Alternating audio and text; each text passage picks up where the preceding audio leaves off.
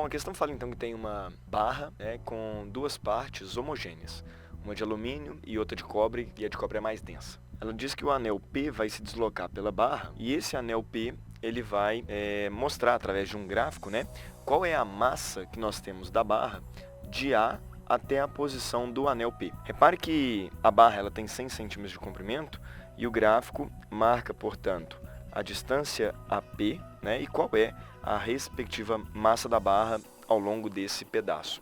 Repare que no ponto de 40 centímetros, nós temos uma mudança brusca no gráfico. Significa então que nesse ponto é que nós teremos uma mudança de densidade. Afinal de contas, a massa por pedacinho da barra está mudando.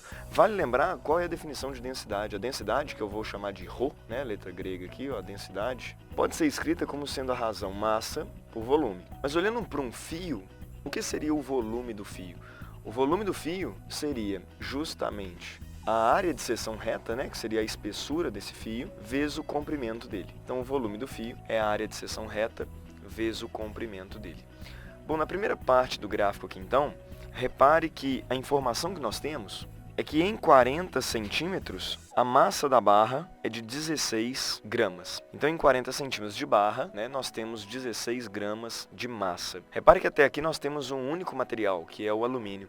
Vamos calcular, portanto, a densidade do alumínio. A densidade do alumínio será a massa do alumínio, que é 16 gramas, dividido pela área de seção reta do fio, que eu não sei quanto vale, vamos deixar aqui, vezes o comprimento do fio, que é 40 centímetros. Então, pronto, vamos guardar essa informação. Essa seria a densidade do alumínio. E aí, perceba que de 40 até 100 centímetros, a massa da barra ela muda, né?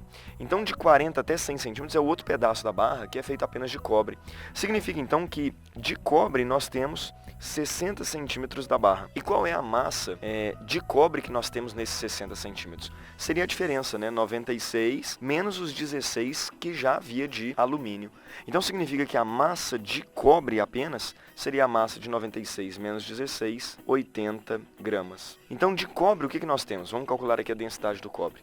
A densidade do cobre será a massa de cobre, que é 80 gramas e não 96, porque aqueles 96 ali contabiliza os 16 de alumínio, né? Então nós não queremos. Dividido pela área, que é a mesma, né? A área de seção reta do fio, vezes o comprimento da parte só de cobre, que não é 100 centímetros, é 60, porque 40 já era de alumínio, então 60. Essa é a densidade do alumínio e de cobre. A questão pede a razão entre a densidade do alumínio e do cobre. Calculando a razão, portanto, teríamos que a densidade do alumínio, 16, sobre A vezes 40, dividido pela densidade do cobre, que é 80, sobre A vezes 60. Então, essa razão será, multiplicando, né, mantendo a primeira aqui, multiplicando pelo inverso da segunda, 16 A vezes 40, que multiplica A vezes 60 sobre 80. Bom, podemos melhorar algumas coisas aqui. O A vai embora com A.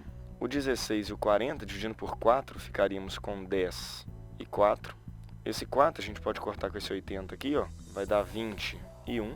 Esse 20 com 60 podemos melhorar também, dividindo por 20, 3 e 1. Então ficamos com 3 dividido por 10. Portanto, a razão entre as densidades será 3 dividido por 10, 0,3. Então esse é o valor da razão entre as densidades. Por isso, resposta letra C.